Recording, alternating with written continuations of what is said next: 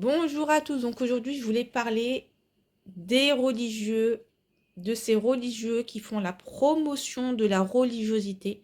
Et cette religiosité nous sera imposée pour nous faire la confusion avec la religion qui est l'islam. En fait, qu'est-ce que je peux dire par rapport à ces prédicateurs? Ces prédicateurs ont enfermé la religion sur des pratiques, sur quelque chose de mécanique. Plus tu pratiques, mieux ça sera. Plus tu rentres dans les formes qu'on t'aura imposées, plus tu auras accès à la spiritualité. C'est-à-dire qu'on enferme les personnes sur de la forme sans aller chercher les principes qui s'y cachent derrière. Et ces principes permettent justement à tout à chacun de trouver son équilibre à partir de son terrain et de son expérience, je dirais pas de sa réalité, parce qu'il n'y a qu'une réalité, mais je dirais de ses conditions et de ses conditionnements. La spiritualité appelle à la responsabilité, et la responsabilité, elle est individuelle.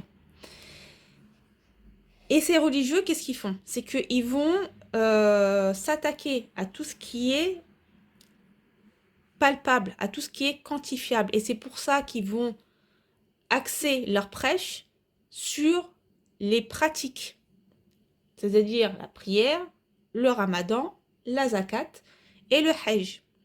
En oubliant la première des choses, c'est que tout se passe tout d'abord dans son intériorité. Et pour pouvoir accéder à son intériorité et sortir du monde de la confusion, de l'illusion, c'est justement d'aller chercher les principes. D'où l'utilité, l'intérêt de la métaphysique. Même si c'est extrêmement compliqué, c'est juste d'avoir une idée globale. Parce que cette idée globale permettra effectivement de pouvoir mieux se diriger, mieux s'orienter. Et également de faire toujours un retour sur soi pour se défaire, on va dire, d'une attitude mécanique, automatique, pour vraiment s'inscrire sur l'instant, sur le terrain, sur le contexte, et d'aller chercher, de prendre ce temps, d'aller chercher le principe, de voir où se trouvent les déséquilibres pour mieux le rééquilibrer. Et en fait, ces piliers-là, qui viennent de l'intérieur vers le supérieur avec une expression vers l'extérieur, c'est des choses qui font partie de l'individu. C'est des choses qu'on ne peut pas imposer à qui que ce soit. Il faut que ça soit une impulsion de sa part et qu'il en soit responsable. Et en fait, les religieux, qu'est-ce qu'ils font? C'est qu'en fait, ils vont reprendre ces outils pour venir nous le matraquer en permanence, en permanence, en permanence. euh, et, euh, et ça devient en fait de l'harcèlement.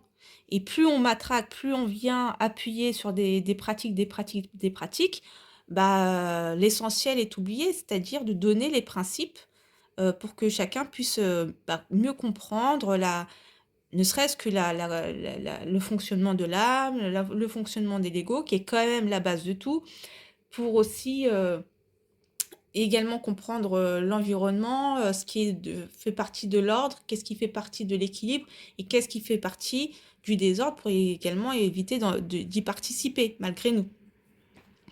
Et en fait, la religion, en fait, parce que dans l'islam, il y a la sphère individuelle, mais il y a également une législation qui permet, on va dire, de créer une société, une civilisation. Et en fait, ces religieux-là, ils ont totalement délaissé la sphère publique, qui est principalement l'organisation d'une société pour que chacun puisse trouver sa place. Ça, ils vont totalement délaisser pour venir, on va dire, porter le poids de la société sur chaque individu. Voilà. C'est comment étouffer l'individu par le poids du collectif, par la pression sociale et, euh, et du coup, bah, dégrader son ensemble, finalement. Voilà. Un individu équilibré profitera forcément au collectif, mais le collectif, en soi, il ne peut pas s'équilibrer. Le collectif n'est que la composition de plusieurs individus. Et justement, la dégradation de chaque individu donnera une dégradation du collectif et c'est là où rentrera également, on va dire, tout ce qui est de la manipulation de la foule. Donc là, j'ai un petit schéma qui résume un peu les principes de la métaphysique, hein. C'est vraiment très simplifié. Donc, on a l'unité qui donne ensuite la dualité. Principe masculin, principe féminin. Actif, passif. Et ça, on va le retrouver dans toutes les créations. Par contre, le souci, c'est que les prédicateurs, ils ont tendance à matérialiser, donner des formes. Et ces formes-là, sans principe, ils vont l'imposer en fait, ils vont donner l'illusion que c'est le monde spirituel, mais c'est qu'une illusion. Et en fait, ils nous enferment dans le monde de la matière. Ils créent une sorte de chape de plomb qui, qui vont nous empêcher justement de déchirer le voile de l'illusion pour pouvoir accéder à la réalité.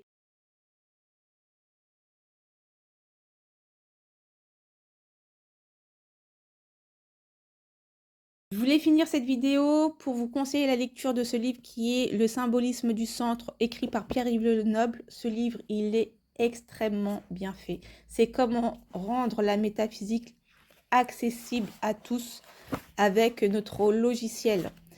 Et c'est vrai que lorsqu'on s'intéresse à la métaphysique et qu'on commence par René Guénon, quelquefois il est très compliqué de comprendre parce que comme on a été beaucoup infecté par le modernisme et qu'on est énormément dans la confusion, Pierre-Yves Lenoble, il a réussi vraiment à réajuster les connaissances pour nous le mettre à disposition.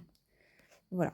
Bon, je sais qu'actuellement, la plupart des abonnés viennent de sa chaîne, mais au cas où, si ma chaîne sort des algorithmes de YouTube et arrive chez des personnes qui ne connaissent absolument pas le pérennialisme et la métaphysique, bah, j'en profite pour parler de ce chef-d'œuvre. Le second livre que je voulais conseiller, c'est René Guénon avec Aperçu sur l'initiation. Et c'est marrant parce que en prenant le livre, je suis tombée directement sur cette page qui résume la vidéo que je viens de faire. Et je me permets juste de lire la fin. C'est que à ce niveau-là, page 170, donc c'est ce que nous venons de dire définit le rôle légitime des cérémonies. Mais à côté de ça, il y a aussi l'abus et le danger, comme ce qui est purement extérieur et aussi, par la force même des choses, ce qui est de plus immédiatement apparent.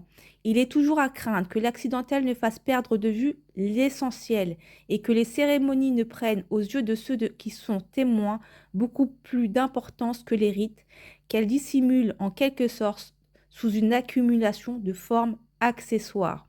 Il peut même arriver, ce qui est encore plus grave, c'est que cette erreur soit partagée par ceux qui ont pour fonction d'accomplir les rites en qualité de représentants autorisés d'une tradition, si eux-mêmes sont atteints par une déchéance spirituelle générale dont nous avons parlé.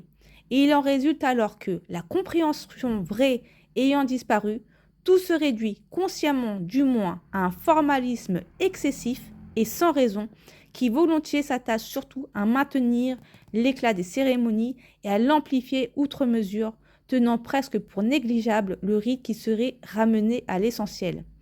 Ce qui est pourtant ce qui devrait compter véritablement. C'est là, pour une forme traditionnelle, une forme de dégénérescence qui confine à la superstition étendue dans son sens étymologique, puisque le respect des formes y survit à leur compréhension, et qu'ainsi la lettre étouffe entièrement l'esprit. Le cérémonialisme n'est point l'observance du rituel, il est plutôt l'oubli de sa valeur profonde et de sa signification réelle, la matérialisation plus ou moins grossière des conceptions qu'on se fait de sa nature et de son rôle, et finalement la méconnaissance du non-humain au profit de l'humain. Donc ici, il parle des cérémonies au niveau du cas de l'initiation, mais on peut l'étendre à tout ce qui est ésotérique, qui a perdu justement l'attache au principe divin. Voilà, on fait pour faire. Et on fait pour faire plaisir à qui? Aux autres, pour rester dans le groupe. Et non pas, cette recherche vers l'intérieur, vers le supérieur. Et c'est vraiment ce que je peux reprocher à la religiosité, à tous ces prédicateurs. Sincèrement, quand je suis revenue à la religion, j'en ai écouté des tonnes et des tonnes. J'avais l'impression de tourner en rond. Et pour certains de leurs prêches, sincèrement, j'avais un sentiment de malaise parce que leur discours était, sur beaucoup de points, totalement déséquilibré. Ces personnes-là viennent renforcer l'ego sur beaucoup de points. Et d'ailleurs, je vais juste finir avec la relation homme-femme. Ils ont tendance à les déséquilibrer et à nous garder sur des formes et à nous pousser vers l'idolâtrie.